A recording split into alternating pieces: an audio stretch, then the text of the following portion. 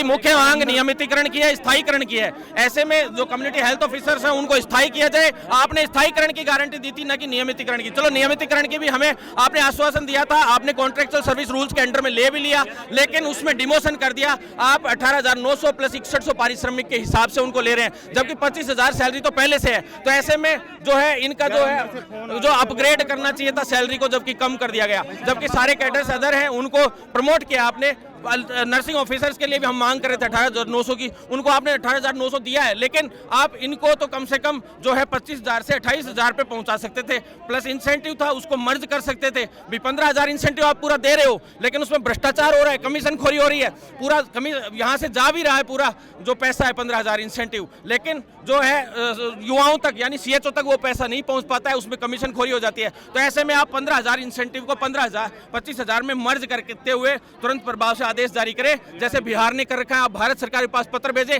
हम भारत सरकार से भी बात करेंगे, हम युवा सभी जाकर वहां पे बात रखेंगे अपनी तुरंत प्रभाव से। साथ में जो 4800 पे ग्रेड के कैडर पे तुरंत प्रभाव से परमानेंट किया जाए। 4800 ग्रेड पे का कैडर, क्योंकि इसमें आयुर्वेद डॉक्टर्स को भी लिया गया है। तो आयुर्वेद डॉक्टर्स को जब आपने ले लिया तो इसमें आप 4200 में कैसे भेज सकते हैं इस कैडर को?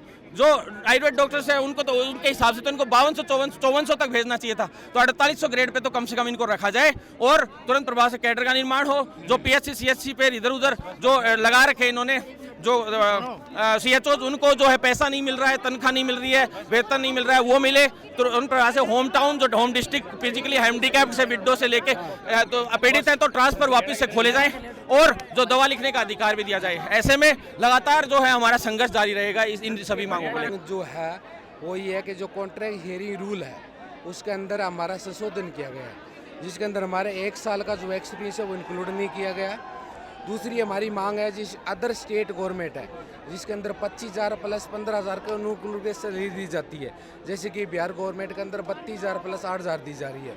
वैसे भी हम राजस्थान गवर्नमेंट से अनुमोदन करते हैं कि हमारी सैलरी वैसे की जाए। हरियाणा के अंदर 5 साल कंप्लीट होने के बाद 4800 ग्रेड पे दिया जा रहा है। जम्मू कश्मीर में CHO परमानेंट है, अदर से स्टेट के अंदर परमानेंट है।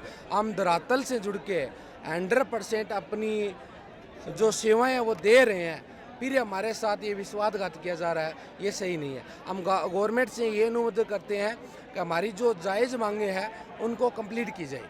हमारी जो जायज़ मांगे हैं CHO को न्यू कॉन्ट्रैक्ट हियरिंग रूल के अंदर जो लिया गया है उसके अंदर 1 साल का जो एक्सपीरियंस है वो जोड़ा जाए। दूसरा CHO को परमानेंट किया जाए। तीसरी हमारी मांगे है कि जो CHO जैसे कि UP MP बिहार या जम्मू कश्मीर में देखें परमानेंट 4800 ग्रेड पे है, वो हमें भी दिया जाए। हम Vinod Bhamu CHO Hanumangarh. Okay, permanent करो, एक ही मांग है हमारी, इसके अलावा कोई मांग नहीं है।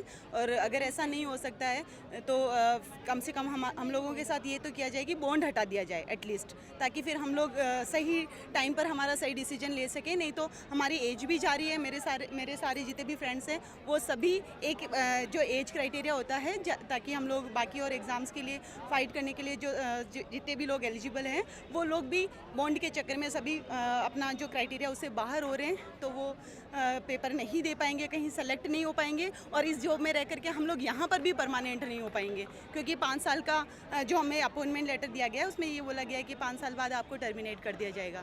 तो बस यही मांगे हैं कि हमारी एक ही मांगे 4800 पे ग्रेड पर हमको परमानेंट किया जाए।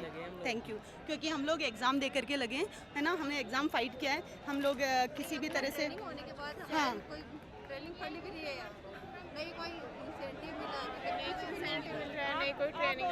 आप बोलो ना, आप बोलो। हमारा ट्रेनिंग हुई है लगभग 1 साल हो गया, लेकिन अभी तक हमारा ट्रेनिंग फंड नहीं है। गवर्नमेंट कॉलेज वालों को भी कुछ का नहीं है, प्राइवेट वालों का तो बहुत सा को नहीं है। कौन से जिले से? सीकर जिले से। और नहीं, हमारा इंसेंटिव अभी तक 1 साल हो गया, हमारा 1 रुपये भी इंसेंटिव का नहीं है।